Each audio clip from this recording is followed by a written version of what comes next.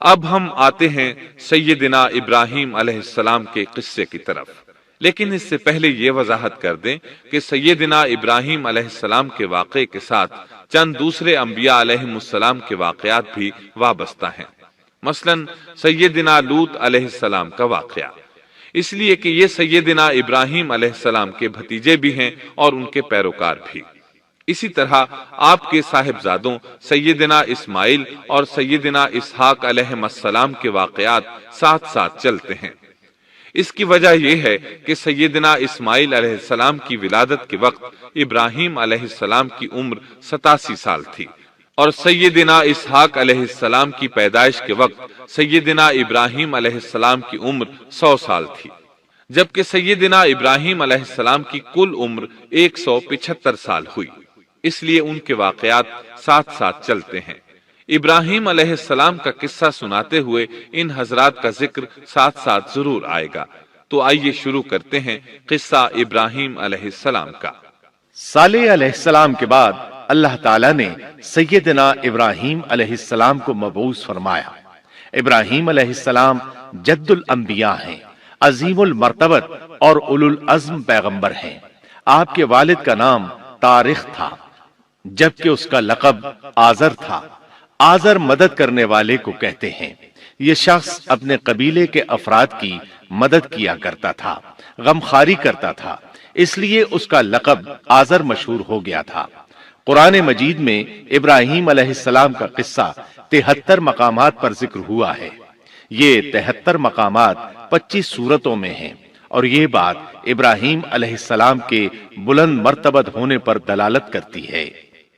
ابراہیم علیہ السلام بھی سام بن نوح علیہ السلام کی نسل سے ہیں۔ آپ کی پیدائش عراق کے مشہور شہر بابل میں ہوئی۔ یہ عراق کے شمال میں واقع تھا اور آج بھی موجود ہے۔ بہت بڑا شہر ہے، اس وقت بھی بڑی آبادی پر مشتمل تھا۔ یہاں بت پرستی عام ہو چکی تھی۔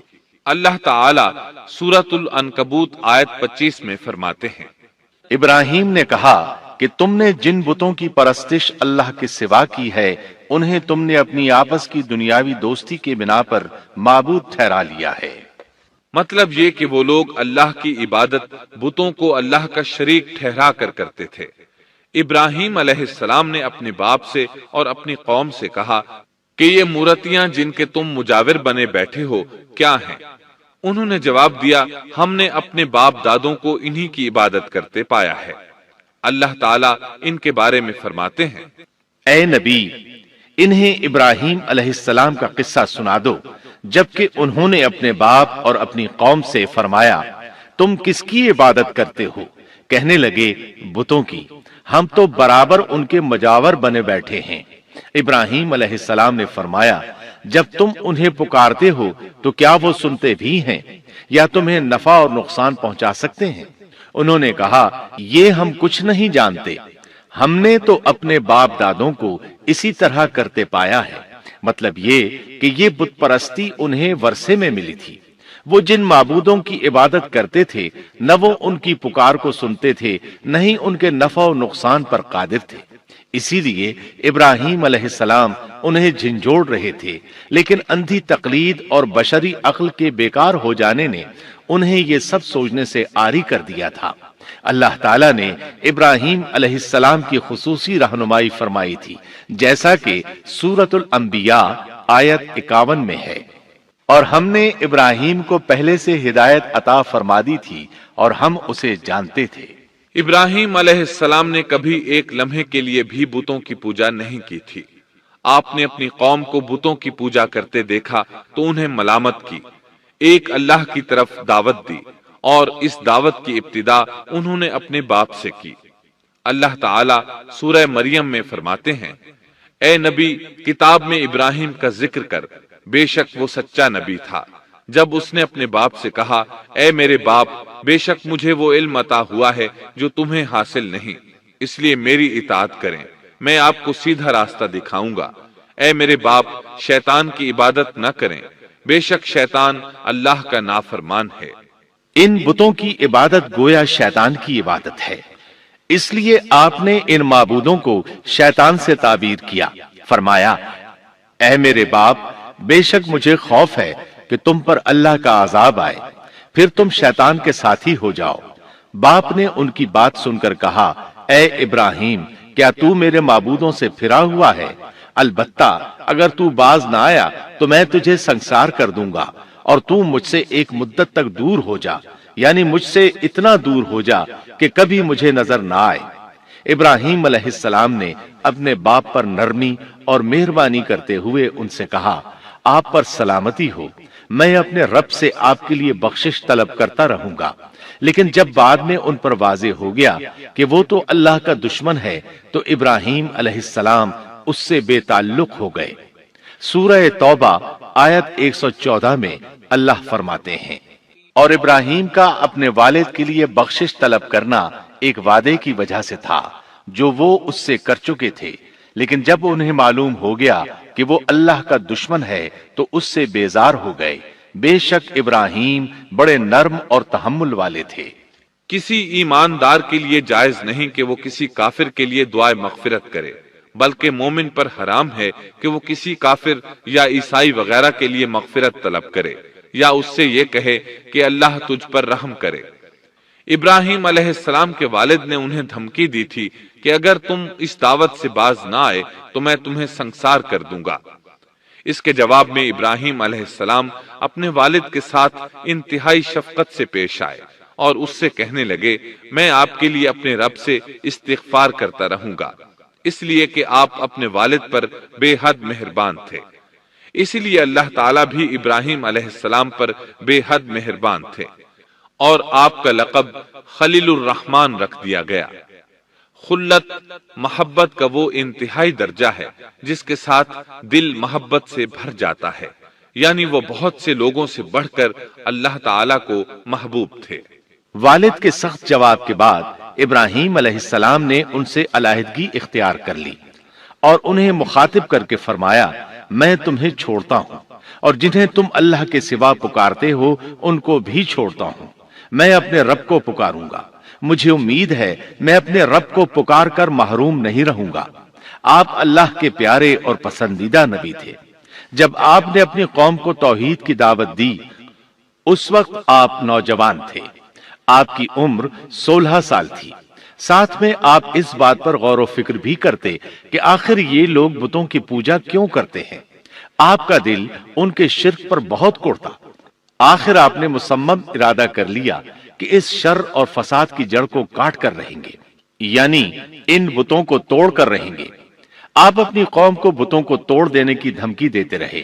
اس دھمکی کا ذکر اللہ تعالیٰ نے سورۃ الانبیاء آیت 57 میں کیا ہے، اور اللہ کی قسم میں تمہارے بتوں کا علاج کروں گا جب تم پیٹھ پھیر کر جا چکے ہوگے۔ یہ بات ابراہیم علیہ السلام نے پوشیدہ نہیں اعلانیہ کہی تھی۔ آخر انتظار کا وقت ختم ہوا، عید کا دن آ پہنچا۔ عید کے دن وہ لوگ صبح سویرے گھر سے نکلنے سے پہلے کھانا پکا کر اپنے معبودوں کے سامنے رکھتے تھے، پھر شہر سے باہر ایک میدان میں جمع ہوتے، وہاں کھیلتے کودتے خوشیاں مناتے، ناز سے چلتے پھرتے اور کھانا کھاتے۔ شام کو گھروں کی طرف آتے، صبح بتوں کے پاس جو کھانا رکھ گئے تھے اس کو اٹھاتے اور تبرک سمجھ کر کھا جاتے۔ اپنے معمول کے مطابق انہوں نے عید کی تیاری کر لی، لیکن ابراہیم علیہ السلام تیار نہ ہوئے، اس لیے کہ وہ تو ان کے ساتھ جانے کا ارادہ ہی نہیں رکھتے تھے۔ وہ لوگ جانے سے پہلے ابراہیم علیہ السلام کے پاس آئے اور کہنے لگے، کیا آپ ہمارے ساتھ نہیں جائیں گے؟ سیدنا ابراہیم علیہ السلام نے آسمان کی طرف نگاہ کی اور فرمایا، میں بیمار ہوں۔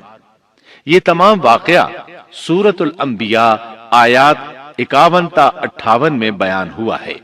یقیناً ہم نے ابراہیم کو پہلے سے ہدایت فرما دی تھی اور ہم اسے جانتے تھے، جبکہ اس نے اپنے باپ سے اور اپنی قوم سے کہا کہ یہ مورتیاں جن کے تم مجاور بنے بیٹھے ہو کیا ہیں؟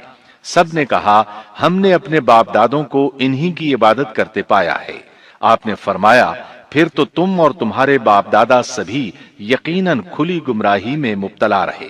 کہنے لگے کیا آپ سچ مچ ہمارے پاس حق لائے ہیں یا یوں ہی مذاق کر رہے ہیں؟ آپ نے فرمایا نہیں نہیں، در حقیقت تم سب کا پروردگار تو وہ ہے جو آسمان و زمین کا مالک ہے، جس نے انہیں پیدا کیا ہے۔ میں تو ایسی بات کا گواہ اور قائل ہوں، اور اللہ کی قسم میں تمہارے ان معبودوں کا علاج تمہاری غیر موجودگی میں کروں گا۔ پس اس نے ان سب کے ٹکڑے کر دیے، البتہ صرف بڑے بت کو چھوڑ دیا، یہ اس لیے کیا کہ وہ سب اس کی طرف لوٹے۔ ابراہیم علیہ السلام نے لوگوں کے ساتھ عیدگاہ جانے سے انکار کیا اور عذر پیش کیا کہ وہ بیمار ہیں۔ وہ لوگ آپ کو چھوڑ کر چلے گئے۔ بعد میں ابراہیم علیہ السلام ان بتوں کے پاس گئے، دیکھا کہ ان کے سامنے کھانا پڑا ہے۔ چونکہ سب لوگ کھانا لائے تھے اس لیے یہ کھانا بہت زیادہ تھا، لیکن ان جھوٹے معبودوں نے اسے کھانا تو درکنار اس کو چھوا تک نہ تھا۔ ابراہیم علیہ السلام نے انہیں مخاطب کر کے کہا، یہ اتنا کھانا تمہارے سامنے پڑا ہے، تم اس کو کھاتے کیوں نہیں؟ تمہیں کیا ہو گیا کہ بات تک نہیں کرتے؟ پھر پوری قوت سے دائیں ہاتھ سے کلہاڑا مار کر ان کے ٹکڑے ٹکڑے کر دیے، لیکن بڑے بت کو چھوڑ دیا تاکہ سب اسی کی طرف رجوع کریں۔ تمام چھوٹے بتوں کو توڑ کر کلہاڑا اس بڑے بت کے کندھے پر رکھ دیا۔ مشرکین میلے سے لوٹے تو دیکھا ان کے سارے معبود اوندھے منہ ٹوٹے پھوٹے پڑے ہیں، ان کے تمام معبودوں کو توڑ دیا گیا تھا۔ وہ حیران رہ گئے کہ یہ کیسے ہو گیا، کس نے کیا؟ کہنے لگے یہ کام کس ظالم کا ہے، اس نے ہمارے معبودوں کی توہین کی ہے۔ اس وقت جن لوگوں نے ابراہیم علیہ السلام کا وہ کلام سنا تھا انہیں ان کا خیال آ گیا، کہنے لگے وہ نوجوان جس کا نام ابراہیم ہے اسے ہم نے اپنے بتوں کی مذمت کرتے سنا ہے۔ اللہ کی قدرت کہ ابراہیم علیہ السلام کا جو مقصد تھا وہ خود بخود پورا ہو رہا تھا۔ قوم کے لوگ مشورہ کر رہے تھے کہ سب کو جمع کرو اور اسے بلاؤ، پھر اسے سزا دو۔ چنانچہ تمام اہل باطل چھوٹے بڑے جمع ہو گئے، کارروائی شروع ہو گئی۔ کہنے لگے اے ابراہیم، ہمارے معبودوں کے ساتھ یہ لغو حرکت تو نے کی ہے۔ ابراہیم علیہ السلام نے جواب دیا، یہ کام تو اس بڑے بت کا ہے، مجھ سے کیوں پوچھتے ہو؟ تم اپنے معبودوں سے کیوں نہیں پوچھ لیتے کہ ان کے ٹکڑے کس نے اڑائے ہیں؟ ابراہیم علیہ السلام کا جواب سن کر وہ سب سوچ میں پڑ گئے، پھر کہنے لگے ہم نے بڑی غلطی کی، اپنے معبودوں کے پاس کسی کو حفاظت کے لیے نہیں چھوڑا۔ اس قدر واضح بات محسوس کر کے بھی وہ ظالم ایمان نہ لائے، بلکہ شیطان نے ان کے دلوں میں وسوسہ ڈالا اور انہوں نے غور و فکر کر کے کہا، اے ابراہیم، کیا تمہیں علم نہیں یہ تو بے زبان ہیں، یہ بول نہیں سکتے۔ اب ابراہیم علیہ السلام نے فرمایا، تب پھر تم اللہ کے سوا اس چیز کی عبادت کرتے ہو جو تمہیں کچھ بھی نفع نہ دے سکے اور نہ نقصان پہنچا سکے۔ تعجب ہے تم پر اور ان پر بھی جنہیں تم اللہ کے سوا پکارتے ہو، کیا تم میں بالکل عقل نہیں؟ اس طرح ابراہیم علیہ السلام نے ان پر حقیقت خوب اچھی طرح واضح کر دی۔ ان سے فرمایا تم ان کی پوجا کرتے ہو جن کو تم خود تراشتے ہو، یعنی ان کا حال تو یہ ہے کہ تم نے ان کو خود اپنے ہاتھوں سے تراشا اور ان کی عبادت کرنے لگے، جبکہ تمہیں اور تمہاری بنائی ہوئی چیزوں کو اللہ ہی نے پیدا کیا ہے۔ ابراہیم علیہ السلام نے ایک کلہاڑے کی مدد سے ان سب بتوں کو تہس نہس کر دیا تھا۔ یہ اس بات کی واضح ترین نشانی تھی کہ یہ بالکل بے بس ہیں، لیکن اس واضح نشانی کے باوجود وہ اپنے کفر ہی پر ڈٹے رہے اور لگے ابراہیم علیہ السلام کو دھمکیاں دینے۔ کہنے لگے اس کے لیے ایک آتش کدہ بناؤ اور اسے اس دہکتی آگ میں ڈال دو۔ پھر ان لوگوں نے ایک چٹیل میدان کا انتخاب کیا جہاں مٹی نام کی کوئی چیز نہیں تھی۔ اس میدان کو پتھروں کی باڑ کے ساتھ گھیر دیا گیا۔ پھر سب لوگوں کو حکم دیا گیا کہ وہ لکڑیاں جمع کر کے اس گھیری ہوئی جگہ میں رکھیں۔ چنانچہ سب لوگ لکڑیاں جمع کر کے وہاں لانے لگے، یہاں تک کہ عورتوں اور بچوں نے بھی اس کام میں بڑھ چڑھ کر حصہ لیا۔ میدان میں اتنی لکڑیاں جمع ہو گئیں کہ زمین نظر نہیں آتی تھی۔ یہ لکڑیاں زمین پر ایک اونچی دیوار محسوس ہوتی تھیں۔ پھر ان لکڑیوں کو آگ لگائی گئی۔ جب آگ کے شعلے آسمان سے باتیں کرنے لگے تو انہوں نے ابراہیم علیہ السلام کو آگ میں ڈالنے کے لیے ایک جھولا تیار کیا۔ اس میں سیدنا ابراہیم علیہ السلام کو رکھا گیا۔ اس وقت آپ نے یہ دعا پڑھی، حسبنا اللہ ونعم الوکیل۔ ہمیں اللہ کافی ہے اور وہی بہترین کارساز ہے۔ یہ کلمہ ہر محتاج اور مصیبت زدہ کو پڑھنا چاہیے۔ بخاری میں ہے، رسول اللہ صلی اللہ علیہ وسلم نے فرمایا، حسبنا اللہ و نعم الوکیل ابراہیم علیہ السلام نے اس وقت فرمایا تھا جب انہیں آگ میں پھینکا جانے لگا تھا۔ مطلب یہ کہ ہم اللہ ہی پر بھروسہ کرتے ہیں، اس کے سوا ہمارا کسی پر بھروسہ نہیں۔ بعض روایات میں یہ بھی ہے کہ جب ابراہیم علیہ السلام کو آگ میں ڈالا جانے لگا تو جبریل علیہ السلام آئے اور کہا، اے ابراہیم، کوئی حاجت ہے تو میں حاضر ہوں۔ ابراہیم علیہ السلام نے فرمایا، اگر تم اپنی مرضی سے آئے ہو تو مجھے تمہاری کوئی ضرورت نہیں۔ ایک دوسری روایت میں ہے کہ بارش کے فرشتے نے حاضر ہو کر کہا تھا، اے ابراہیم، مجھے حکم دیجئے، میں بارش برسا کر اس آگ کو بجھا دوں۔ لیکن ایسی تمام روایات ضعیف ہیں۔ یوں بھی اللہ کا حکم ان سے پہلے کام کرنے والا تھا۔ اللہ تعالیٰ سورہ انبیاء آیت 69 اور 70 میں فرماتے ہیں، ہم نے کہا، اے آگ ابراہیم پر ٹھنڈی ہو جا اور سلامتی والی ہو جا۔ گو انہوں نے ابراہیم کا برا چاہا، لیکن ہم نے انہیں ہی نقصان پانے والا کر دیا۔ چنانچہ جب ابراہیم علیہ السلام کو آگ میں ڈالا گیا تو وہ ٹھنڈی ہو گئی۔ ابن عباس رضی اللہ عنہما فرماتے ہیں، اگر اللہ تعالیٰ آگ سے یہ نہ فرماتے کہ سلامتی والی ٹھنڈی ہو جا تو وہ اس قدر سرد ہو جاتی کہ اس کی ٹھنڈک سے تکلیف محسوس ہوتی۔ گویا آگ بھی اللہ کے حکم کے بغیر نہیں جلا سکتی، چھری اللہ کے حکم کے بغیر نہیں کاٹ سکتی، اس لیے کہ یہ بھی اللہ کی مخلوق ہیں اور ان کی قدرت بھی اللہ کے پاس ہے۔ وہ چاہے تو ان کو قدرت عطا کر دے، چاہے تو قدرت واپس لے لے۔ آگ کو ٹھنڈا ہونے کا حکم ہوا، وہ ٹھنڈی ہو گئی۔ اس نے نہ ابراہیم علیہ السلام کے کپڑے جلائے، نہ جسم کے کسی حصے کو کوئی نقصان پہنچایا، صرف وہ رسیاں جلائیں جن سے آپ کو باندھا گیا تھا۔ سبحان اللہ۔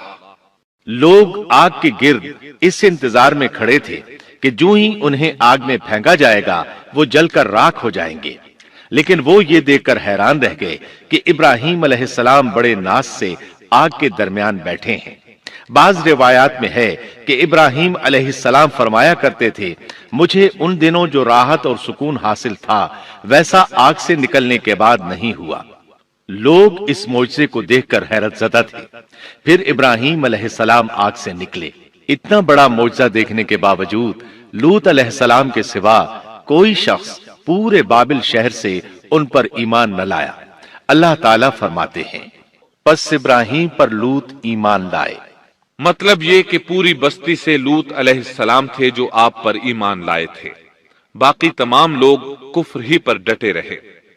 ابراہیم علیہ السلام ان کا رویہ دیکھ کر نا امید ہو گئے کہ اس سے بڑھ کر یہ کون سا معجزہ دیکھنا چاہتے ہیں۔ ان کے بتوں کو توڑ دیا گیا، اپنی آنکھوں سے اللہ کی نشانی ان لوگوں نے دیکھی، پھر بھی یہ ایمان نہیں لائے، چنانچہ آپ نے وہاں سے ہجرت کا ارادہ فرما لیا۔ اس وقت بابل پر نمرود نامی بادشاہ کی حکومت تھی۔ کہا جاتا ہے کہ زمین کے بیشتر حصے پر اسی کی حکمرانی تھی۔ جب اس کے پاس یہ خبریں پہنچیں کہ ابراہیم علیہ السلام کو آگ میں ڈالا گیا لیکن آگ نے انہیں نہیں جلایا، تو اس نے ابراہیم علیہ السلام کو اپنے دربار میں پیش کرنے کا حکم دیا۔ ابراہیم علیہ السلام کو وہاں لایا گیا۔ نمرود نے ان سے ان کے رب کے بارے میں سوال کیا۔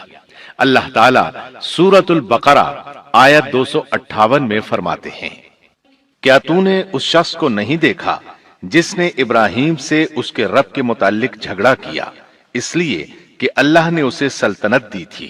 ایک روایت میں ہے کہ 4 بادشاہوں نے زمین کے بیشتر حصے پر حکمرانی کی ہے، ان میں سے ایک نمرود ہے۔ نمرود اپنے وقت کا حاکم و بادشاہ تھا۔ ابراہیم علیہ السلام سے جب اس کی اللہ تعالیٰ کے بارے میں بات چیت ہوئی تو ابراہیم علیہ السلام نے کہا، میرا رب وہ ہے جو زندہ کرتا ہے اور مارتا ہے۔ جواب میں اس نے کہا، میں بھی زندہ کرتا ہوں اور مارتا ہوں۔ چنانچہ اس نے حکم دیا کہ جیل سے 2 آدمیوں کو لے آؤ۔ جیل سے 2 ایسے آدمیوں کو لایا گیا جن کے لیے سزائے موت کا فیصلہ ہو چکا تھا۔ اس نے ان میں سے ایک کے قتل کا حکم دیا، دوسرے کو معاف کر دیا۔ اس سے اس نے یہ ثابت کرنا چاہا کہ وہ بھی زندہ کر سکتا ہے اور موت دے سکتا ہے، اور کہنے لگا، دیکھ لو، میرے حکم سے لوگ مرتے ہیں اور میرے حکم سے انہیں زندگی ملتی ہے۔ اس کی بات سن کر ابراہیم علیہ السلام نے غور کیا کہ اگر وہ اس سے موت و حیات کے باریک فلسفے پر بحث کریں گے تو نمرود کا مقصد پورا ہو جائے گا اور میرا مقصد پورا نہیں ہو پائے گا۔ اس لیے بحث و مباحثے کی بجائے کوئی مضبوط دلیل پیش کر دی جائے تاکہ حق و باطل کے درمیان فرق واضح ہو جائے۔ چنانچہ آپ نے فرمایا، بے شک اللہ سورج کو مشرق سے لاتا ہے، تو اس کو مغرب سے لے آ۔ کافر بادشاہ یہ سن کر مبہوت رہ گیا، اس کا سر جھک گیا۔ اللہ تعالیٰ فرماتے ہیں، تب وہ کافر حیران رہ گیا اور اللہ نا انصافوں کو سیدھی راہ نہیں دکھاتا۔ ان تمام باتوں کے بعد نمرود کو یہ معلوم کرنے کی ضرورت نہیں رہی کہ ابراہیم علیہ السلام آگ سے کیسے نجات پا گئے، کیونکہ حقیقت اس پر آشکار ہو چکی تھی۔ وہ جان گیا تھا کہ اصل معاملہ کیا ہے۔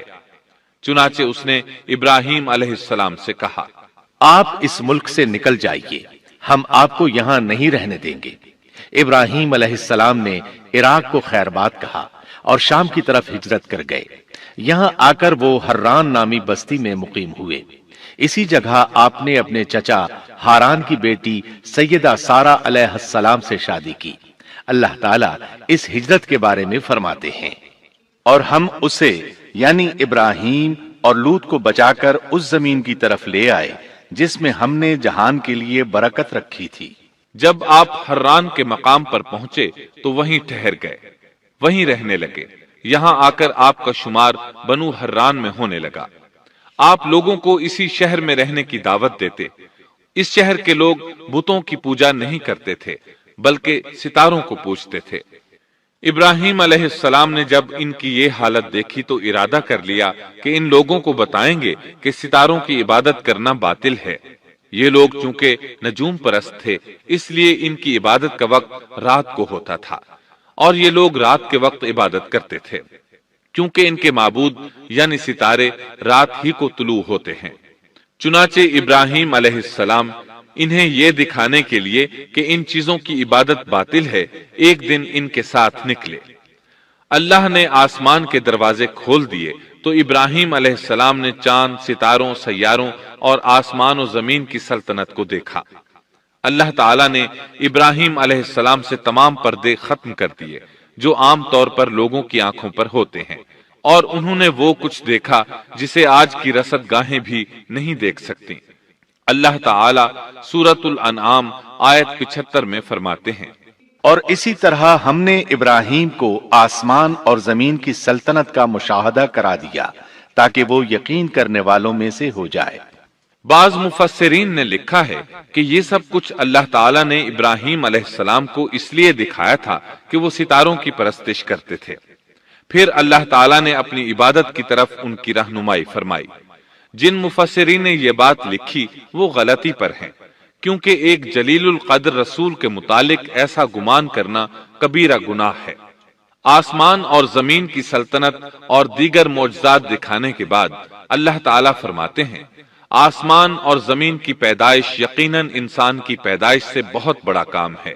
اللہ تعالیٰ ایک دوسرے مقام پر فرماتے ہیں، آسمان اور زمین میں بہت سی نشانیاں ہیں جن سے یہ منہ موڑ کر گزر جاتے ہیں۔ ابراہیم علیہ السلام حران شہر کے ستارہ پرستوں کو لے کر ایک رات نکلے۔ اچانک ایک ستارہ طلوع ہوا، اس کی چمک دمک بہت تھی، شکل صورت کے لحاظ سے بھی بہت خوبصورت تھا۔ اس وقت ابراہیم علیہ السلام نے بطور مذاق کہا، یہ میرا رب ہے۔ لیکن جب وہ ستارہ کچھ دیر بعد چھپ گیا تو کہنے لگے، یہ تو غروب ہو گیا۔ یہ رب کیسے ہو سکتا ہے؟ جو چھپ جائے وہ رب نہیں ہو سکتا، پس میں تو غروب ہونے والوں کو پسند نہیں کرتا۔ اگلے روز وہ پھر ان لوگوں کو ساتھ لے کر نکلے تو چاند کو دیکھا۔ یہ شکل صورت میں ستاروں سے کہیں زیادہ خوبصورت تھا، روشن تھا، لیکن یہ بھی غروب ہو گیا تو ابراہیم کہنے لگے، اگر مجھے میرے رب نے ہدایت نہ کی تو میں گمراہ لوگوں میں شامل ہو جاؤں گا۔ اے اللہ، تو کہاں ہے؟ اپنی طرف میری رہنمائی کر۔ ان باتوں سے ابراہیم علیہ السلام ان لوگوں کو غور و فکر کی دعوت دے رہے تھے تاکہ وہ غور کریں، آخر رب چھپ کیسے سکتا ہے؟ اگر چاند رب ہے اور دن کے وقت کسی کو اپنے معبود کی حاجت ہوگی تو وہ کیا کرے گا؟ لہذا چاند کسی صورت رب نہیں ہو سکتا۔ پھر جب دن چڑھا اور سورج طلوع ہوا تو کہنے لگے یہ میرا رب ہے، یہ تو سب سے بڑا ہے۔ پھر لوگوں کو مخاطب کر کے کہنے لگے تم رات کو چھوٹے چھوٹے ستاروں کی پوجا کرتے ہو، کیوں نہ تم اتنے بڑے ایک ہی رب کی پوجا کر لو۔ لیکن جب وہ بھی غروب ہو گیا تو کہنے لگے یقیناً میں تمہارے شرک سے بیزار ہوں، یہ معبود کیسے ہو سکتے ہیں؟ ان میں تو تبدیلی آتی رہتی ہے، کبھی طلوع ہوتے ہیں کبھی غروب ہوتے ہیں۔ یہ اس بات کی دلیل ہے کہ یہ مخلوق ہیں اور ان کا خالق کوئی اور ہے جس کے حکم کے یہ تابع ہیں۔ جب یہ خود مخلوق ہیں اور کسی اور کے تابع ہیں تو کسی کو نفع نقصان پہنچانے پر کس طرح قادر ہو سکتے ہیں؟ پھر اپنی قوم کو مخاطب کر کے کہنے لگے میں اپنا رخ اس کی طرف کرتا ہوں جس نے آسمانوں کو یکسو ہو کر پیدا کیا، اور میں شرک کرنے والوں میں سے نہیں ہوں۔ اب بھی وہ اپنی بات پر اڑے رہے۔ تب آپ نے فرمایا تم مجھ سے اللہ کے بارے میں جھگڑ رہے ہو، مجھے تو اللہ راہ دکھا چکا ہے اور اس نے مجھے دلیل عطا فرمائی ہے۔ میں یقیناً جانتا ہوں کہ تمہارے تمام معبود بے بس اور بے طاقت ہیں۔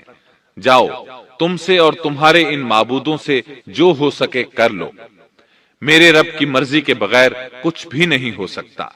میرے رب نے ہر چیز کے علم کو اپنے گھیرے میں لے رکھا ہے، کیا پھر بھی تم نصیحت حاصل نہیں کرو گے؟ اور میں تمہارے معبودوں سے خوف کیوں کھاؤں؟ تم اللہ سے نہیں ڈرتے؟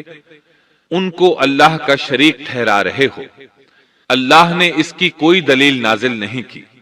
اگر تم میں صحیح علم ہے تو تم ہی بتلا دو کہ ہم دونوں جماعتوں میں سے امن کا زیادہ حقدار کون ہے؟ امن انہی کے لیے ہے جو ایمان لانے کے بعد دین کو شرک سے خلط ملط نہیں کرتے۔ حقیقت میں ہدایت یافتہ وہی لوگ ہیں۔ یہی ہمارے وہ دلائل تھے جو ہم نے ابراہیم علیہ السلام کو ان کی قوم کے مقابلے میں عطا کیے تھے، اور ہم جسے چاہیں مرتبے میں بڑھا دیں۔ بے شک تیرا رب بڑی حکمت والا ہے۔ ان لوگوں نے پھر بھی کفر ہی کیا، کوئی بھی ایمان نہ لایا۔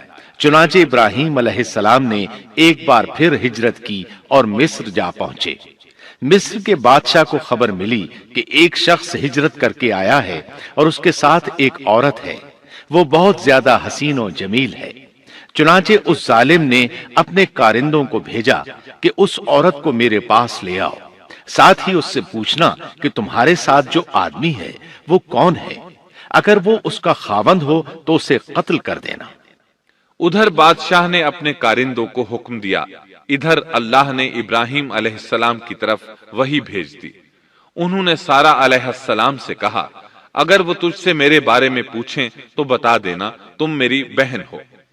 پھر سارہ سے بولے اے سارہ، روئے زمین پر میرے اور تیرے سوا کوئی مومن نہیں، یعنی یہ کافروں کی سرزمین ہے، یہاں کوئی مومن نہیں، اس لحاظ سے تم میری دینی بہن ہو۔ پھر بادشاہ نے ابراہیم علیہ السلام کو پیش کرنے کا حکم دیا۔ اس نے آپ سے پوچھا یہ عورت کون ہے؟ آپ نے فرمایا یہ میری بہن ہے۔ اس طرح ابراہیم علیہ السلام کی زندگی میں 3 موقع ایسے آئے کہ انہوں نے اللہ کے دین کی حمایت اور مدافعت کے لیے توریہ کیا۔ توریہ کا مطلب یہ ہے کہ واقعہ کچھ اور ہو لیکن کوئی شخص کسی خاص مصلحت کی وجہ سے اسے 2 معانی والے الفاظ کے ساتھ اس انداز میں بیان کرے کہ سننے والا اس واقعہ کو نہ سمجھ سکے بلکہ اس کا ذہن خلاف واقعہ چیز کی طرف منتقل ہو جائے۔ شریعت نے بعض مخصوص حالات میں اس کی اجازت دی ہے۔ وہ 3 مواقع جہاں ابراہیم علیہ السلام نے توریہ فرمایا ان کی وضاحت کچھ اس طرح ہے۔ ایک یہ کہ آپ نے میلے پر نہ جانے کی غرض سے ان لوگوں سے کہا تھا کہ میں بیمار ہوں۔ دوسرے موقع پر یہ فرمایا تھا یہ کام اس بڑے سردار بت کا ہے۔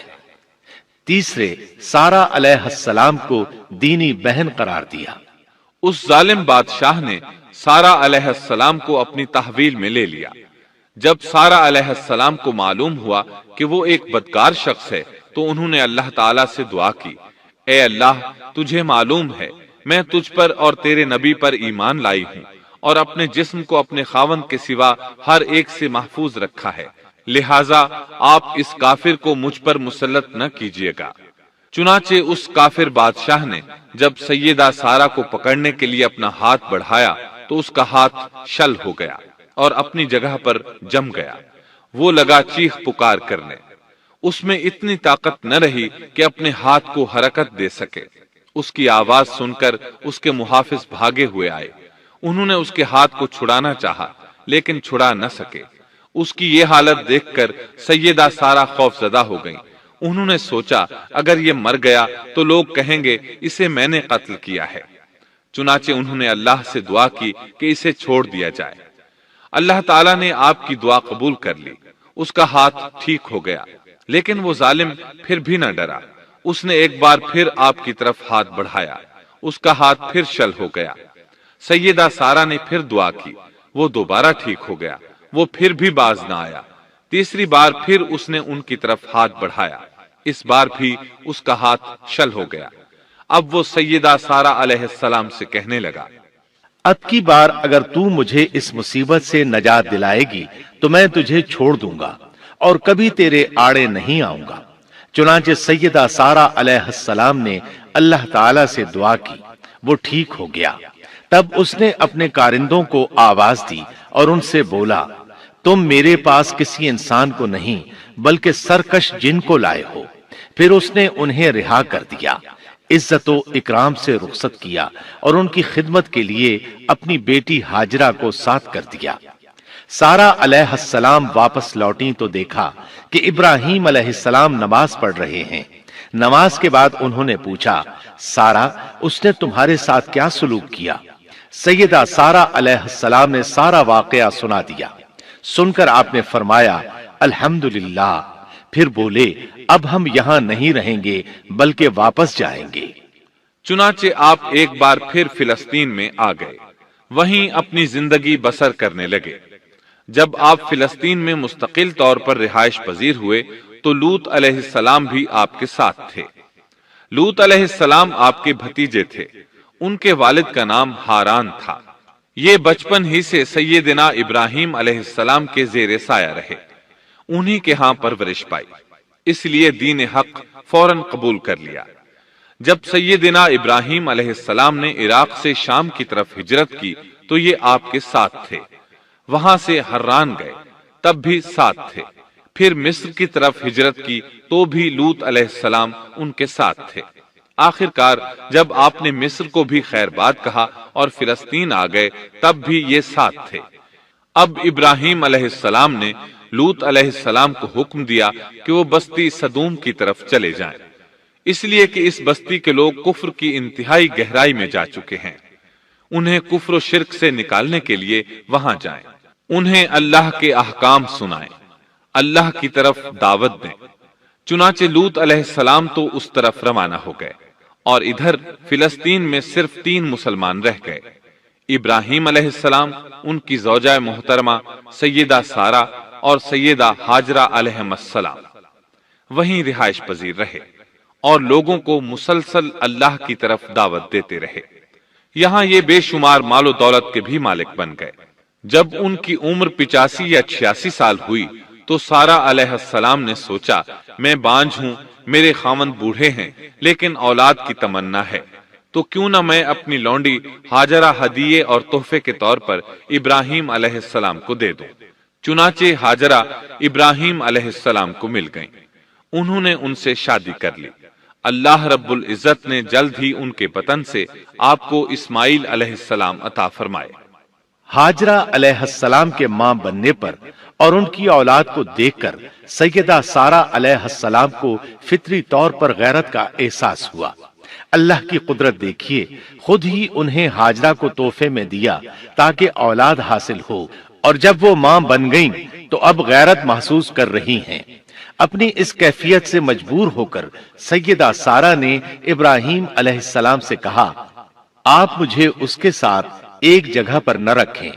مورخین اور سیرت نگار لکھتے ہیں کہ ہاجرہ علیہ السلام ایک نطاق پہنا کرتی تھی، یعنی وہ جسم کے درمیان ایک لمبا کپڑا لٹکا لیتی تھیں تاکہ وہ کپڑا گھسٹ گھسٹ کر قدموں کے نشانات مٹا دے اور سارا کو نظر نہ آئے، کیونکہ سارا غیرت کی حد کو پہنچ چکی تھی۔ ابراہیم علیہ السلام نے جب سارا علیہ السلام کے اندر غیرت کے آثار دیکھے تو ہاجرہ کو ان کی نگاہوں سے دور کر دیا۔ ادھر اللہ کا حکم بھی نازل ہو گیا کہ اپنی بیوی ہاجرہ اور دودھ پیتے بچے اسماعیل کو ساتھ لے لیں اور مکہ کی طرف رخ کر لیں۔ ابراہیم علیہ السلام مکہ کی طرف روانہ ہوئے، یہاں تک کہ مکہ پہنچ گئے۔ یہ جگہ اس وقت بالکل ویران اور بے آباد تھی، نہ کوئی انسان تھا، نہ پانی، نہ نباتات کے آثار تھے، غرض کوئی چیز نظر نہیں آتی تھی، بس پہاڑوں کے درمیان ایک بے آب و گیاہ میدان تھا۔ یہی وہ مقدس اور تاریخی وادی تھی جہاں ابراہیم علیہ السلام اپنی زوجہ اور لخت جگر کو چھوڑ کر واپس پلٹے۔ سیدہ ہاجرہ علیہ السلام کو بہت حیرت ہوئی، انہیں یہ امید نہیں تھی کہ ان کے خاوند انہیں ایک بے آباد جگہ تنہا چھوڑ کر چل دیں گے۔ اس پر بچے کی ذمہ داری الگ تھی، چنانچہ انہوں نے ابراہیم علیہ السلام کو آواز دی، لیکن انہوں نے مڑ کر بھی نہ دیکھا۔ اب وہ ان کے پیچھے آئیں اور قریب پہنچ کر بولی، اے ابراہیم، ہمیں کہاں چھوڑے جا رہے ہو؟ یہاں نہ پانی، نہ خوراک، نہ کوئی انسان۔ ابراہیم علیہ السلام نے پھر بھی کوئی جواب نہ دیا، کوئی پریشانی بھی ظاہر نہ کی اور چلتے رہے۔ سیدہ ہاجرہ بھی آپ کے پیچھے چلتی رہیں اور پوچھتی رہیں کہ ہمیں کس کے حوالے کر کے جا رہے ہیں؟ یہاں تو کوئی بھی جاندار نہیں، مکمل طور پر بے آباد علاقہ ہے۔ لیکن انہوں نے اب بھی کوئی توجہ نہ دی۔ آخر سیدہ ہاجرہ نے کہا، کیا آپ کو اللہ نے اس کام کا حکم دیا ہے؟ اب آپ نے جواب میں فرمایا، ہاں۔ تب سیدہ ہاجرہ بولی، اگر یہ بات ہے تو اللہ تعالی ہرگز ہمیں ضائع نہیں ہونے دے گا۔ جب انسان اللہ کے احکام کو بجا لائے تو اس کے دل سے فقر و فاقے کا خوف نکل جاتا ہے اور اللہ اسے طرح طرح کے انعامات سے نوازتا ہے۔ انسان جب تک اللہ کے احکام کو بجا لاتا رہے گا تب تک اللہ کی نصرت اور اس کی تائید شامل حال رہے گی۔ چنانچہ جو ہی ہاجرہ علیہ السلام کو پتا چلا کہ انہیں تنہا چھوڑ جانا اللہ کے حکم کی بنا پر ہے تو فوراً یقین بھرے لہجے میں بولی، تب اللہ ہمیں ضائع نہیں کرے گا۔ یہ کہہ کر وہ اپنے شیر خوار بچے کی طرف پلٹ گئیں۔ خوراک اور پانی چند دن میں ختم ہو گئے، پانی کا ایک قطرہ پاس نہ رہا۔ اب پانی کی تلاش شروع کی، لیکن اپنے لیے تو درکنار، ماں کو بیٹے کے لیے بھی پانی نہ ملا نہ خوراک۔ اب بچہ لگا بھوک سے بلکنے، خوراک نہ ملنے کی وجہ سے ماں کا دودھ بھی خشک ہو گیا تھا۔ عورت کتنی بھی باحوصلہ ہو، اپنے بچے کو بھوک سے بلکتے نہیں دیکھ سکتی۔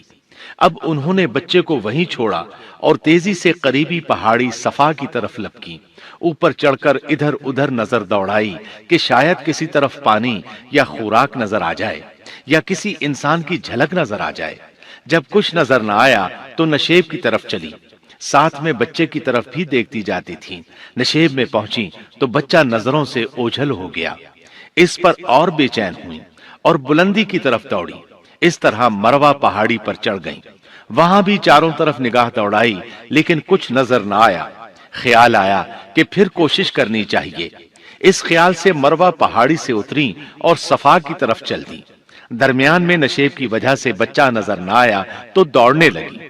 اس طرح پھر صفا پر چڑھ گئیں۔ اللہ اکبر! ایک تو عورت ذات کمزور، پھر بھوک پیاس سے نڈھال، اس پر کس قدر سعی اور کوشش میں مصروف، وہ بھی اپنے بچے کے لیے۔ بہرحال بار بار کوشش کے خیال سے انہوں نے صفا اور مروہ پہاڑیوں کے درمیان 7 چکر لگائے۔ یہی وجہ ہے مسلمان عازمین حج صفا و مروہ کے درمیان سعی کرتے ہیں تاکہ اس واقعے کی یاد تازہ ہو جائے۔ جب وہ آخری مرتبہ مروہ پر پہنچی تو انہوں نے ایک آواز سنی۔ یہ آواز اسماعیل علیہ السلام کے قریب سے آئی تھی۔ انہوں نے پوری توجہ سے آواز کو سننے کی کوشش کی اور جلدی سے اسماعیل کے قریب پہنچی۔ کیا دیکھتی ہیں؟ اسماعیل کے قدموں کے نیچے سے پانی پھوٹ رہا ہے، کیونکہ جبریل علیہ السلام کو اللہ نے اس صابرہ خاتون کی مدد کے لیے بھیجا تھا۔ انہوں نے زمزم والی جگہ پر اپنا پر مارا تو اسماعیل کے قدموں کے پاس سے ایک عظیم چشمہ رحمت نمودار ہوا۔ مستقبل کے پیغمبر کے قدموں کے نیچے سے اللہ نے جبریل فرشتے کے ذریعے زمین پھاڑ کر پانی نکال دیا۔ یہی آب زمزم کا آغاز تھا۔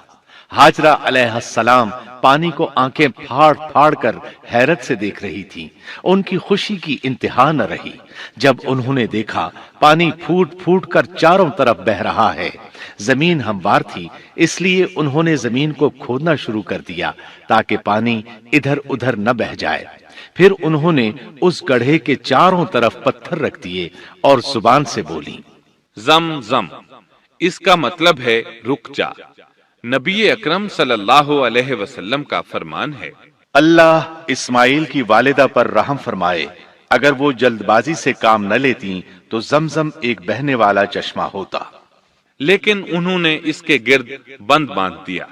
انہیں دراصل اس وقت پانی کی شدید ضرورت تھی، اس لیے انہوں نے پانی کو اپنے پاس جمع کر لیا تاکہ بہہ کر ضائع نہ ہو جائے۔ انہوں نے اسماعیل کو پانی پلایا، خود بھی خوب پیا، اور یہ اللہ تعالی کی طرف سے ان کی مہمان نوازی تھی۔ وہاں کوئی اور انسان نہیں تھا، نہ کھانے کی کوئی چیز تھی، بس یہی آب زمزم ان کے لیے کھانے اور پینے کا کام دے رہا تھا۔ اب چونکہ زمزم ایک چشمہ بن گیا تھا، اس لیے پرندے بھی آنے لگے۔ انہی دنوں عرب کے قبیلوں میں سے ایک قبیلہ بنو جرہم یمن کو خیر باد کہہ کر اس طرف آ رہا تھا۔ یمن میں ایک بہت بڑا ڈیم تھا۔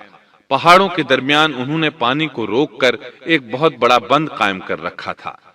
اس سے پورا سال آسانی سے کھیتی باڑی کرتے تھے۔ اس ڈیم کی بدولت ان کا آب پاشی کا نظام بہت اچھا تھا۔ جب اس ڈیم کو اللہ تعالیٰ نے توڑا تو تمام لوگ وہاں سے منتشر ہو گئے اور جزیرہ عرب کے اطراف میں منتقل ہونے لگے۔ وہیں سے ہجرت کرنے والا ایک قبیلہ بنو جرہم تھا۔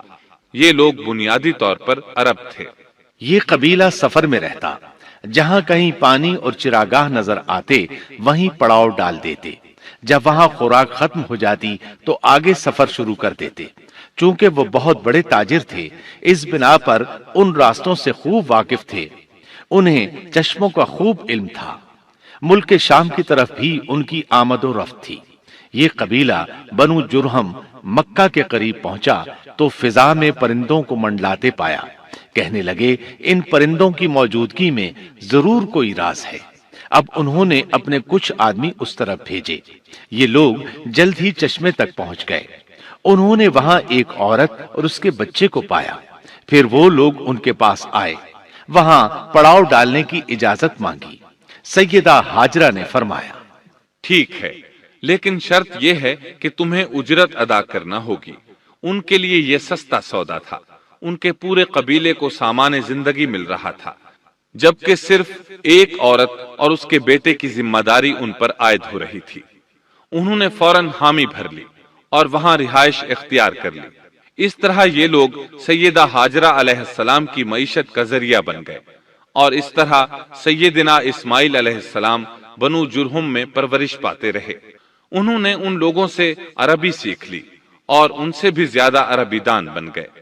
فصاحت اور بلاغت سے عربی میں بات چیت کرنے لگے۔ پھر ان کی اس قبیلے میں شادی ہو گئی۔ ان کی اولاد سے عرب قوم کا آغاز ہوا۔ انہی میں سے سرور کائنات محمد صلی اللہ علیہ وسلم کی ولادت باسعادت ہوئی۔ بنو جرہم کی آمد اور آبادی ابراہیم علیہ السلام کی دعا کا نتیجہ تھی۔ جب انہوں نے اپنی بیوی اور بچے یعنی دو کمزور انسانوں کو اس ویران جگہ چھوڑا تھا تو یہ دعا مانگی تھی، اے ہمارے پروردگار، میں نے اپنی کچھ اولاد اس بے آباد جنگل میں تیرے حرمت والے گھر کے پاس بسائی ہے۔ یہاں یہ سوال پیدا ہوتا ہے کہ کیا اس وقت بیت اللہ کی تعمیر ہو چکی تھی؟ درست بات یہ ہے کہ اس وقت خانہ کعبہ کی تعمیر نہیں ہوئی تھی۔ پھر سوال پیدا ہوتا ہے کہ کیا ابراہیم علیہ السلام کے زمانے سے پہلے اس کی تعمیر ہو چکی تھی یا صرف جگہ ہی معروف تھی؟ اس بارے میں دو طرح کی روایات ہیں۔ بعض میں آتا ہے کہ صرف اس کی جگہ معروف تھی، اور بعض میں ہے کہ ابراہیم علیہ السلام سے پہلے شیس علیہ السلام نے اس کو تعمیر کیا تھا، اور وہ گردش ایام کے ساتھ ساتھ منہدم ہو کر ختم ہو گیا۔ لیکن بہرحال اس کی جگہ معلوم تھی اور وہی پہلا گھر تھا، جیسا کہ اللہ نے خبر دی ہے۔ اللہ تعالیٰ نے پہلا گھر جو لوگوں کے لیے مقرر کیا تھا وہی ہے جو مکہ میں ہے، اور وہ پوری دنیا کے لیے برکت اور ہدایت والا ہے۔ ابراہیم علیہ السلام نے اللہ تعالیٰ سے یہ دعا مانگی تھی، اے ہمارے پروردگار، میں نے اپنی کچھ اولاد اس بے کھیتی کے جنگل میں تیرے حرمت والے گھر کے پاس بسائی ہے۔ اے ہمارے پروردگار، یہ اس لیے کہ وہ نماز قائم کریں، پس تو کچھ لوگوں کے دلوں کو ان کی طرف مائل کر دے اور انہیں پھلوں کی روزیاں عطا فرما تاکہ یہ شکر گزاری کریں۔ دن گزرتے رہے اور اسماعیل علیہ السلام بنو جرہم کے ماحول میں عمر کی منزلیں طے کرتے رہے اور وہ ہوش سنبھالنے کے قریب ہو گئے۔ ابراہیم علیہ السلام ہر سال 1-2 بار اپنے گھرانے کی دیکھ بھال کے لیے چکر لگاتے تھے۔ جب اسماعیل علیہ السلام نے ہوش سنبھالا تو ایک بار پھر ایک عظیم آزمائش کا وقت آ گیا۔ ہوا یوں کہ ایک مرتبہ ابراہیم علیہ السلام مکہ تشریف لائے، ایک جگہ آرام کے لیے بیٹھے کہ نیند کی وادی میں پہنچ گئے۔ نیند میں انہوں نے خواب دیکھا کہ اپنے لخت جگر کو اپنے ہاتھ سے ذبح کر رہے ہیں، ساتھ ہی آنکھ کھل گئی۔ ابراہیم علیہ السلام جانتے تھے کہ انبیاء کرام کے خواب حقیقت ہوتے ہیں، اللہ کی طرف سے وحی ہوتے ہیں، اور شیطان کسی صورت ان کے خواب میں نہیں آ سکتا، لہٰذا انہوں نے اس خواب کے مطابق عمل کرنے کا پختہ ارادہ کر لیا، کسی قسم کی پریشانی کا شکار نہ ہوئے۔ اللہ رب العزت نے اس عظیم اور تعجب خیز واقعے کا قرآن مجید میں ذکر کرتے ہوئے فرمایا، اور ابراہیم نے کہا، میں تو ہجرت کر کے اپنے پروردگار کی طرف جانے والا ہوں، وہ ضرور میری رہنمائی کرے گا۔ اے میرے رب، مجھے نیک بخت اولاد عطا فرما۔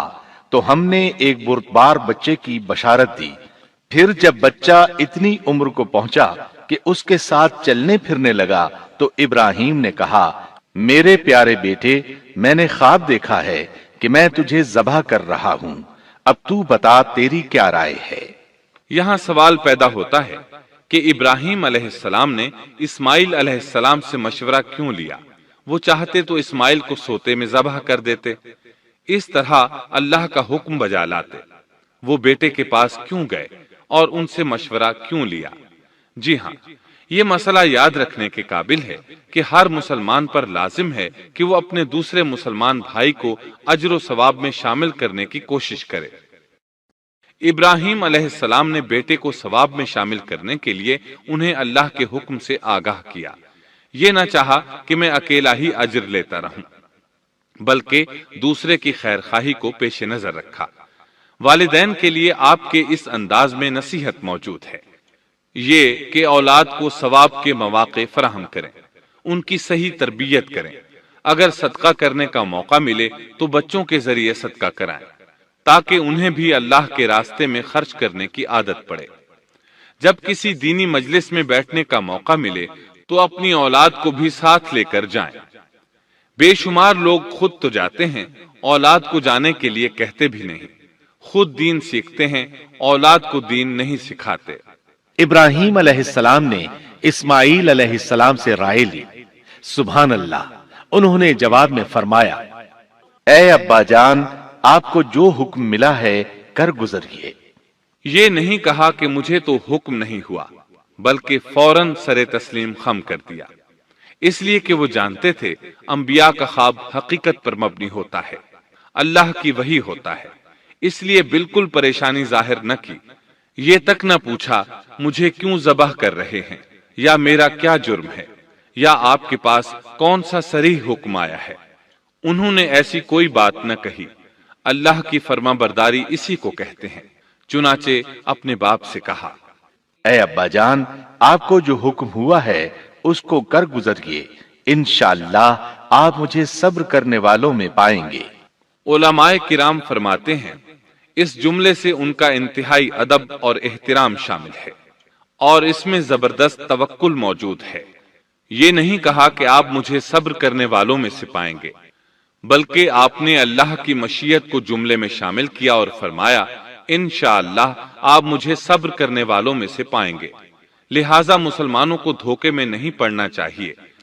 یہ نہ کہے میں سفر کروں گا، میں فلاں کام کروں گا، میں فلاں کام کے کرنے کی طاقت رکھتا ہوں، بلکہ یوں کہے اللہ نے چاہا تو میں سفر کروں گا، اللہ نے چاہا تو فلاں کام کروں گا۔ اپنے علم اور طاقت کے دھوکے میں پڑنا سراسر نادانی ہے۔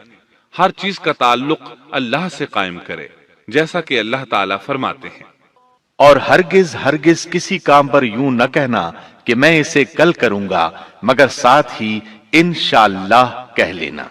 اپنی زبان کو اللہ کے ذکر سے سجا کر رکھو اور ہمیشہ اپنے معاملات کو اللہ کی طرف لوٹاؤ۔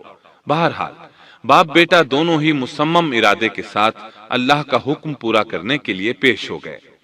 اسماعیل علیہ السلام نے اپنے والد محترم سیدنا ابراہیم علیہ السلام سے کہا، جب آپ مجھے ذبح کرنے لگیں تو میری پیشانی کو زمین پر رکھ دیجیے گا تاکہ آپ کو میرا چہرہ نظر نہ آئے اور کہیں آپ کے ہاتھ رک نہ جائیں۔ اب ابراہیم علیہ السلام نے بیٹے کی پیشانی پکڑ کر زمین پر لٹا دیا، جیسا کہ اللہ تعالیٰ نے فرمایا۔ جب دونوں مطیع ہو گئے اور ابراہیم نے اسے پیشانی کے بل لٹا دیا، اب انہوں نے چھری پکڑی اور گردن پر چلا دی، لیکن چھری نے گردن نہ کاٹی، بالکل اسی طرح جیسے آگ نے ابراہیم کو نہیں جلایا تھا، اس لیے کہ چھری میں کاٹنے کی طاقت اور آگ میں جلانے کی صلاحیت اللہ کے حکم کے بغیر نہیں آ سکتی۔ اللہ نے دونوں سے یہ طاقتیں سلب کر لیں۔ اب ابراہیم زور لگا رہے ہیں، ادھر اسماعیل علیہ السلام کہہ رہے ہیں، ابا جان جلدی کیجئے، چھری چلائیے۔ اللہ تعالیٰ نے اس واقعے کا ذکر یوں فرمایا ہے، جب وہ دونوں مطیع ہو گئے اور ابراہیم نے اسے پیشانی کے بل لٹا دیا۔ اس مطیع ہونے سے مراد اللہ کے حکم کو نافذ کرنا ہے۔ اب ظاہر ہے مطیع تو وہ پہلے بھی تھے، لیکن یہاں اسلما یعنی مطیع ہونے سے مراد کامل اسلام ہے۔ نہایت واضح اور حقیقی اسلام مراد ہے، اس لیے کہ کامل اسلام وہی ہوتا ہے جس میں بغیر کسی تردد اور توقف کے اللہ کے امر اور نہی کی تصدیق کی جائے۔ یہ تھا حقیقی اسلام۔ ہاں تو چھری چلتی رہی، گلا نہ کٹا، اس لیے کہ امتحان اور آزمائش کی تکمیل ہو چکی تھی۔ یہ بات ثابت ہو چکی تھی کہ اللہ کا حکم نافذ کرنے میں دونوں پوری طرح کوشاں ہیں۔ اللہ تعالیٰ بھی فرما برداری ہی کا صلہ عطا فرماتے ہیں۔ چنانچہ آواز آئی، ہم نے اسے پکارا، اے ابراہیم تو نے خواب کو سچ کر دکھایا، یقیناً ہم اسی طرح نیکوکاروں کو جزا دیا کرتے ہیں۔ یقیناً یہ ایک کھلی آزمائش تھی۔ تاریخ کا ایک عظیم ترین امتحان اور کڑی آزمائش دنیا کو آج بھی حیرت میں ڈال دیتی ہے۔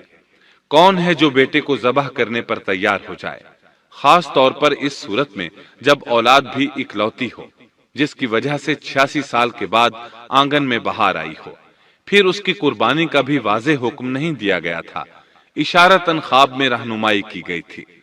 آپ کہہ سکتے تھے یہ قتل اور سنگین جرم ہے، کہہ سکتے تھے اپنے بیٹے کو کس جرم میں قتل کروں، لیکن آپ نے بغیر کسی تعامل کے سر تسلیم خم کر دیا اور اس عظیم امتحان میں کامیاب ہوئے۔ اللہ فرماتے ہیں، اور ابراہیم وہ ہیں جنہوں نے وفاداری کی۔ اس آیت میں یہ نہیں بتایا گیا کہ کس چیز میں وفاداری کی، اس لیے کہ وہ تو ہر معاملے میں مکمل طور پر وفاداری کا مظاہرہ کر چکے تھے۔ آگ میں ڈالے جانے والا معاملہ، بیوی اور بچے کو لق و دق میدان میں چھوڑ آنے کا معاملہ، پھر ذبح کا امتحان، تعمیر بیت اللہ کی مشقت، غرض ہر معاملے میں وفادار تھے، حتیٰ کہ اپنا مال اللہ کے راستے میں خرچ کرنے میں اس قدر وفادار کہ ابو زیفان کے لقب سے مشہور ہو گئے۔ اس کا معنی ہے مہمان نواز۔ کسی مہمان کو دسترخوان پر اپنے ساتھ بٹھائے بغیر ایک لقمہ نہیں کھاتے تھے، باہر نکلتے مہمان تلاش کرتے، پھر اس کے ساتھ مل کر کھانا کھاتے، مہمان نہ ملتا تو سخت غمگین ہو جاتے۔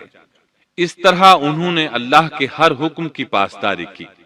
ذبح والے اس امتحان کا اللہ نے انہیں کیا صلہ دیا؟ اللہ فرماتے ہیں، ہم نے اسے عظیم ذبیحے کا بدلہ عطا کیا۔ چھری نے گلا نہ کاٹا۔ ایسے میں ابراہیم علیہ السلام نے ایک آواز سنی۔ آواز پیچھے سے آئی تھی۔ انہوں نے مڑ کر دیکھا، جبریل علیہ السلام نظر آئے۔ وہ آسمان سے ایک مینڈھا لے کر آئے تھے۔ دنیا کے میڈھوں میں سے نہیں بلکہ جنت کا میڈھا لائے تھے۔ سیدنا عبداللہ بن عباس رضی اللہ عنہما سے روایت ہے کہ وہ میڈھا جنت میں 40 سال تک چرتا رہا۔ سفید رنگ، کشادہ آنکھوں، خوبصورت سینگوں والا حسین و جمیل میڈھا تھا۔ بہرحال یہ ابراہیم علیہ السلام کی وفاداری کا بدلہ تھا جو اسماعیل علیہ السلام کے فدیے میں دیا گیا، اور پوری امت مسلمہ کے لیے حکم ہو گیا کہ اللہ کی رضا کے لیے قربانی اور ہدی پیش کرتے رہیں۔ کعبے کے پاس حرم الہی میں ہر سال یہ سنت ادا کی جاتی ہے، اور ان کے ساتھ ساتھ پوری زمین کے تمام خطوں پر بسنے والے مسلمان بھی اس عظیم فرمانبرداری کی علامت کے طور پر قربانیاں پیش کرتے ہیں۔ مینڈھے کے ذکر کا مطلب یہ ہے کہ ہم سنت ابراہیمی پر گامزن ہو جائیں۔ یہ میڈھا ہمیں اللہ کے لیے قربانی کا سبق دیتا ہے۔ ہمیں چاہیے سنت ابراہیمی کی اقتدا کرتے ہوئے ہم اپنی جانوں، اپنی اولاد اور اپنے مالوں کو اللہ کی راہ میں قربان کرنے کے لیے تیار ہو جائیں۔ اللہ تعالیٰ فرماتے ہیں، اور ہم نے اسے عظیم ذبیحہ عطا کیا اور ہم نے اس کا پچھلوں میں ذکر خیر چھوڑا، سلامتی ہو ابراہیم پر۔ اسی طرح ہی ہم نیکوکاروں کو جزا دیتے ہیں، یقیناً وہ ہمارے مخلص بندوں میں سے تھا۔ اور اسی طرح اللہ فرماتے ہیں، اور ہم نے اسے نیکوکار نبی اسحاق کی ولادت کی خوشخبری سنائی۔ یہ خوشخبری فلسطین کی طرف واپس لوٹنے کے بعد سنائی گئی۔ ایک اکلوتے بیٹے کی قربانی کے لیے تیار ہو جانے کے صلے میں اور سارہ علیہ السلام کی عظمت اور تکریم کے مد نظر اللہ تعالی نے اسحاق کی خوشخبری سنا دی۔ یہ آیت ذبح کے واقعے کے بعد اللہ تعالی نے ذکر فرمائی ہے، اس لیے معلوم ہوا پچھلی آیات میں اسحاق کے علاوہ کسی اور بیٹے کا ذکر ہوا ہے، اور وہ اسماعیل علیہ السلام ہی تھے، جبکہ یہودی روایات میں اسحاق علیہ السلام کو ذبیح قرار دیا جاتا ہے۔ یہ بالکل غلط ہے۔ ذبح کے واقعے کے بعد اسحاق علیہ السلام کی بشارت مل رہی ہے، پھر بھلا وہ پیدا ہونے سے پہلے ہی ذبیح کیسے بن گئے؟ اس لیے یہ قطعی بات ہے کہ اسماعیل علیہ السلام ہی ذبیح ہیں۔ اس کے کئی اور بھی دلائل ہیں جن کے ذکر کرنے کا یہاں موقع نہیں۔ بہرحال اس عظیم آزمائش میں بے مثال کامیابی کے بعد ابراہیم علیہ السلام فلسطین آئے اور 120 سال کی عمر میں اسحاق علیہ السلام کی بشارت ملی، جبکہ سارہ علیہ السلام کی عمر 90 سال تھی۔ ان پر بڑھاپا طاری ہو چکا تھا۔ ایسے میں 3 فرشتے آئے۔ وہ تو قوم لوط کی تباہی کے لیے آئے تھے۔ راستے میں اللہ کے حکم سے ابراہیم علیہ السلام اور ان کی اہلیہ سارہ کو خوشخبری سنائی، اور اس غرض کے لیے وہ انسانی شکل میں آئے تھے۔ ابراہیم علیہ السلام تو پہلے ہی بہت مہمان نواز تھے۔ انہیں دیکھ کر بہت خوش ہوئے کہ مہمان آ گئے۔ فرشتوں نے انہیں سلام کیا۔ ابراہیم علیہ السلام نے سلام کا جواب دیا۔ وہ حیرت زدہ تھے کہ یہ لوگ ان کی بستی کے رہنے والے تو ہیں نہیں، لیکن ان پر سفر کے نشانات بھی نہیں ہیں، جیسا کہ دور سے چل کر آنے والوں میں ہوتے ہیں۔ نہ ان کے پاس سواریاں ہیں۔ قرآن مجید میں آتا ہے، فرشتوں نے سلام کیا تو ابراہیم نے بھی سلام کیا اور دل میں خیال کیا یہ اجنبی لوگ ہیں۔ پھر وہ اپنی مہمان نوازی کی عادت کے مطابق انہیں اندر لے آئے، ان کے لیے کھانے کا انتظام کیا۔ اللہ تعالیٰ فرماتے ہیں، ہمارے بھیجے ہوئے فرشتے ابراہیم کے پاس خوشخبری لے کر آئے تو انہوں نے سلام کیا۔ ابراہیم نے سلام کا جواب دیا اور فوراً بھنا ہوا بچڑا لے آئے، اور بچڑا بھی موٹا تھا۔ ان کے سامنے کھانا پیش کیا، لیکن وہ بھلا کب کھانے کی طرف ہاتھ بڑھانے والے تھے۔ یہ دیکھ کر ابراہیم علیہ السلام نے خوف محسوس کیا کہ کہیں یہ دشمن نہ ہو۔ اس وقت فرشتوں نے کہا، ابراہیم نہ ڈر، ہم تو قوم لوط کی طرف بھیجے گئے ہیں۔ جب انہوں نے یہ باتیں کی تو سارہ علیہ السلام پاس کھڑی تھیں۔ وہ ہنسنے لگی۔ وہ خوشخبری سے پہلے کیوں ہنس پڑی؟ علماء اس بارے میں کہتے ہیں کہ جب انہوں نے سنا یہ فرشتے لوط علیہ السلام کی بستی کو تباہ کرنے جا رہے ہیں تو ان کے خاتمے کی خبر سن کر وہ ہنستی۔ اس کے بعد فرشتوں نے یہ خوشخبری سنائی، ہم نے اسے اسحاق کی پیدائش کی خوشخبری دی اور اسحاق کے بعد یعقوب پوتے کی بھی خوشخبری دی۔ بہت جلد ہی ہم اسحاق سے تیری ویران گود کو آباد کریں گے، اور تو اپنی زندگی میں اس کے بیٹے یعقوب کو بھی دیکھ لے گی۔ اب 3 بشارتیں جمع ہو گئیں۔ بیٹا پیدا ہوگا، لمبی عمر ملے گی یعنی بیٹا جوان ہوگا، اور پھر وہ اپنے پوتے کو بھی دیکھے گی۔ اس سے بڑھ کر کیا عزت اور تکریم ہو سکتی ہے؟ اس لیے جب نبی کریم صلی اللہ علیہ وسلم سے پوچھا گیا کریم یعنی عزت والا کون ہے، تو آپ نے فرمایا کریم بن کریم بن کریم بن کریم، یعنی یوسف بن یعقوب بن اسحاق بن ابراہیم علیہ السلام۔ مطلب یہ کہ نبی بن نبی بن نبی بن نبی۔ یہ یوسف علیہ السلام کی شان ہے کہ خود بھی کریم، باپ بھی کریم، دادا بھی کریم اور پردادا بھی کریم۔ اس سے بڑھ کر عزت افزائی کیا ہو سکتی ہے؟ بہرحال فرشتوں نے انہیں خوشخبری دی۔ پھر انہوں نے ابراہیم کو ایک صاحب علم لڑکے کی بشارت دی۔ خوشخبری سن کر سیدہ سارہ حیران ہوئی، مارے حیرت کے منہ سے ہلکی سی چیخ نکل گئی۔ انہوں نے اپنے رخسار پر ہاتھ مارا جیسا کہ عورتوں کی عادت ہوتی ہے، کہنے لگیں ہائے افسوس، کیا میں بچہ جنوں گی حالانکہ میں بانجھ ہوں اور میرے خاوند بوڑھے ہیں؟ یہ تو حیرت کی بات ہے۔ ایک دوسری جگہ اللہ تعالیٰ نے یہ الفاظ فرمائے، کہنے لگی میں بوڑھی اور بانجھ ہوں، بھلا میں بچے کو کیسے جنم دوں گی؟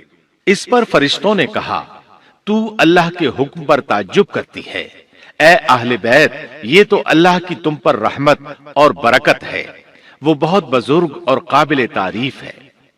دوسری آیت میں ہے انہوں نے کہا اسی طرح تیرے رب نے فیصلہ کیا ہے اور ہمیں کہا ہے، یقیناً وہ بہت حکمت والا ہے اور علم رکھنے والا ہے۔ یہ تھی اسحاق علیہ السلام کی ولادت کی خوشخبری۔ ابراہیم علیہ السلام مکے میں سیدنا اسماعیل علیہ السلام سے ملنے کے لیے آتے رہتے تھے۔ ایک روز آئے تو ان سے کہا اے میرے بیٹے، اللہ تعالیٰ نے مجھے حکم دیا ہے کہ اس مقام پر اللہ کا گھر تعمیر کرنا۔ اسماعیل علیہ السلام نے فوراً کہا میں حاضر ہوں۔ اس طرح انہوں نے کھدائی شروع کی۔ ایسے میں انہیں شیس علیہ السلام کی تعمیر کے آثار نظر آئے۔ انہوں نے اس پر تعمیر شروع کر دی۔ ایک روایت میں یہ بھی ہے کہ انہوں نے فرشتوں والی بنیادوں کے آثار بھی دیکھے۔ نبی کریم صلی اللہ علیہ وسلم کی جوانی کے دنوں میں جب مکے کے قریش نے کعبے کی تعمیر نئے سرے سے کی تو انہوں نے اس کی بنیادوں کو گہرا کرنا چاہا۔ وہ کھدائی کرتے ان سبز پتھروں تک پہنچ گئے جو پہاڑوں کی چوٹیوں کی طرح نظر آ رہے تھے۔ انہوں نے ان پتھروں کو نکالنا چاہا۔ ایک شخص نے کدال کے ذریعے ایک پتھر کو باہر نکالا تو اس کے نیچے سے اتنا نور نکلنے لگا کہ قریب تھا وہ شخص اندھا ہو جاتا۔ پھر پتھر خود بخود نیچے جا گرا اور اپنی جگہ پر جم گیا۔ اس کے بعد لوگوں نے ان پتھروں کو ہاتھ نہ لگایا اور تعمیر شروع کر دی۔ قرآن مجید میں تعمیر کعبہ اور بیت اللہ کا تذکرہ اس طرح آیا ہے، اور جب ہم نے بیت اللہ کے مکان میں ابراہیم کو جگہ دی اور فرمایا کہ میرے ساتھ شرک نہ کرنا اور میرے گھر کو طواف، قیام اور رکوع و سجود کرنے والوں کے لیے پاک رکھنا، اور فرمایا بے شک لوگوں کے لیے جو پہلا گھر تعمیر کیا گیا ہے وہ مکہ میں ہے، وہ جہان والوں کے لیے برکت اور ہدایت کا ذریعہ ہے۔ اس میں واضح نشانیاں ہیں، مثلا مقام ابراہیم، تو جو کوئی حرم میں داخل ہوگا وہ امن میں آ جائے گا۔ اور یاد کرو اس وقت کو جب ابراہیم کو اس کے پروردگار نے کئی باتوں کے ذریعے آزمایا، وہ ان میں پورے اترے تو اللہ نے فرمایا میں آپ کو تمام لوگوں کا امام بنا رہا ہوں۔ ابراہیم نے کہا اے میرے رب، میری اولاد میں سے بھی امام بنائیے۔ جواب میں اللہ نے فرمایا میرا امامت کا وعدہ ظالم لوگوں کے لیے نہیں ہے۔ اور اس وقت کو یاد کرو جب ہم نے بیت اللہ کو ثواب اور امن کی جگہ بنا دیا اور لوگوں نے مقام ابراہیم کو جائے نماز بنا لیا۔ ہم نے ابراہیم کو حکم دیا کہ میرے گھر کو طواف، اعتکاف، رکوع اور سجود کے لیے پاک رکھو، اور وہ وقت بھی یاد رکھو جب ابراہیم نے دعا کی اے پروردگار اس شہر کو امن والا بنا دے اور اس کے مومن بندوں کو پھلوں کا رزق عطا کر۔ اللہ تعالیٰ نے فرمایا میں کافروں کو بھی تھوڑا فائدہ دوں گا، پھر انہیں آگ کے عذاب کی طرف بے بس کر دوں گا، یہ پہنچنے کی جگہ بری ہے۔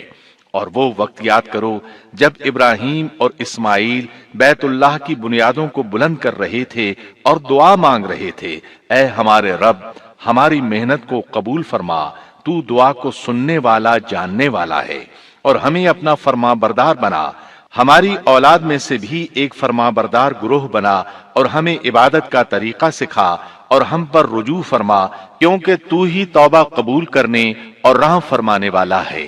اے ہمارے رب، ان لوگوں میں انہی میں سے ایک رسول بھیج جو ان پر تیری آیات کی تلاوت کرے اور انہیں کتاب و حکمت سکھائے، انہیں پاک کرے، یقیناً تو غالب حکمت والا ہے۔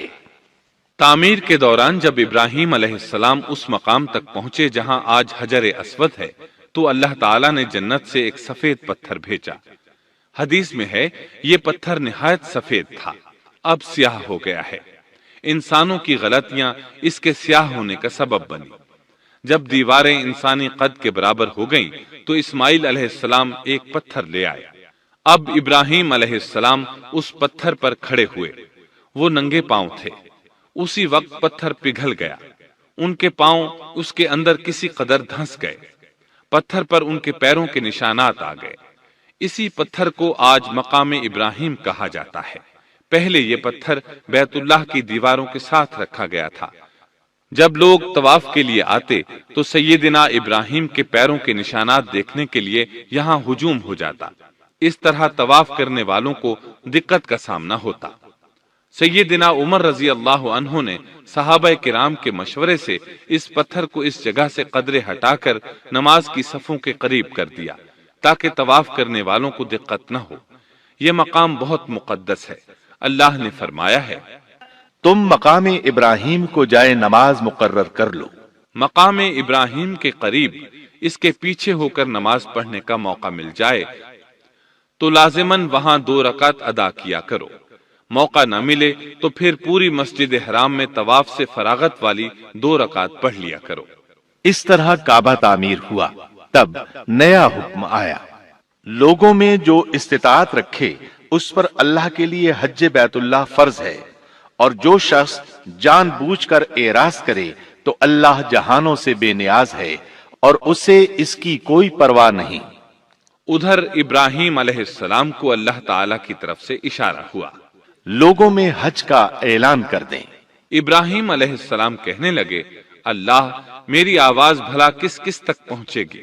جواب آیا، آپ کے ذمے آواز لگانا ہے، پہنچانا ہمارا کام ہے۔ چنانچہ آپ عرفات کے ایک پہاڑ پر چڑھے اور آواز لگائی، لوگو بیت الحرام کا حج کرو۔ اللہ تعالیٰ نے معجزانہ طور پر یہ آواز تمام انسانوں تک پہنچا دی، خواہ وہ پیدا ہوئے تھے یا نہیں۔ دوسرا معجزہ یہ ہوا کہ اللہ نے بیت اللہ اور اس کے حج کی محبت لوگوں کے دلوں میں ڈال دی۔ اللہ نے فرمایا، وَأَذِّن فِي النَّاسِ بِالْحَجِّ يَأْتُوكَ رِجَالًا وَعَلَى كُلِّ ضَامِرٍ يَأْتِينَ مِن كُلِّ فَجٍّ عَمِيقٍ۔ اور آپ لوگوں میں حج کا اعلان کر دیں، وہ آپ کی طرف پیدل بھی آئیں گے اور دبلے پتلے اونٹوں پر بھی دور دور سے آئیں گے۔ اس طرح لوگ پیدل اور سوار ہو کر کثرت سے حج کے لیے آنے لگے اور یہ ویران علاقہ آباد ہونے لگا۔ یہ تھے حالات اور واقعات ابراہیم علیہ السلام کے۔ آپ نے 175 سال کی عمر میں وفات پائی۔ آپ سے پہلے سیدہ ہاجرہ علیہ السلام نے وفات پائی اور ان کی وفات سے کچھ ہی عرصہ بعد سیدہ سارہ علیہ السلام 127 سال کی عمر میں فوت ہو گئیں۔ ان دونوں کی وفات کے بعد آپ غمگین رہنے لگے۔ آخر اتنی مدت تک ساتھ رہا تھا۔ آپ خلیل الرحمن تھے، آپ پر صحیفے بھی نازل ہوئے، آپ اللہ کے بے حد شکر گزار تھے۔